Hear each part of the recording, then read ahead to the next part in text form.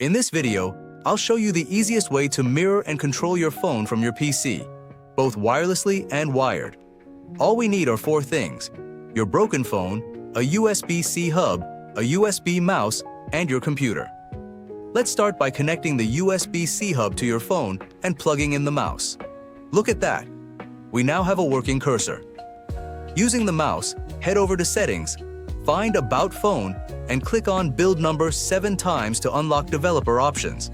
Once unlocked, open it and make sure to turn on these three critical options: USB debugging,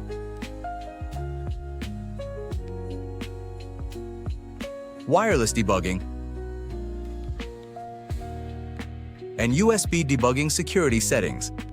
Skipping this step is the main reason why people get the "could not find any ADB device" error later on. Now let's switch over to the PC. Open your browser and search for scrcpy. Go to the official GitHub link, scroll down, and download the 64-bit Windows zip file.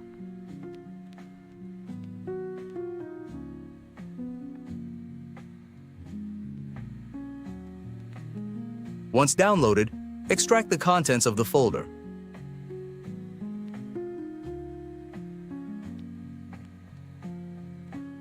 Open the extracted folder. Look for the file named "Open a Terminal Here" and run it.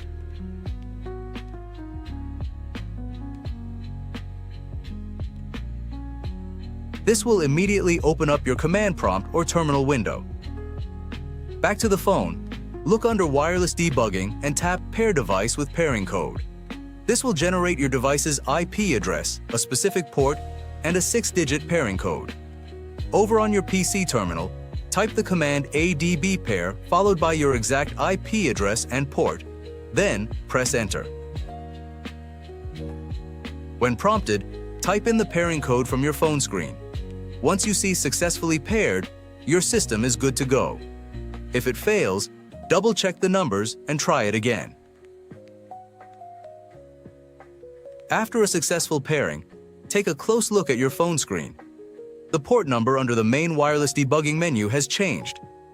Keep in mind that the pairing port and the connection port are completely different. So in the PC terminal, type ADB connect followed by the new IP and new port number. Once it says "Connected to," minimize the terminal, go back to your folder, and launch scrcpy. And boom! Your phone is now wirelessly mirrored. You can now use your computer's mouse and keyboard to completely navigate your device.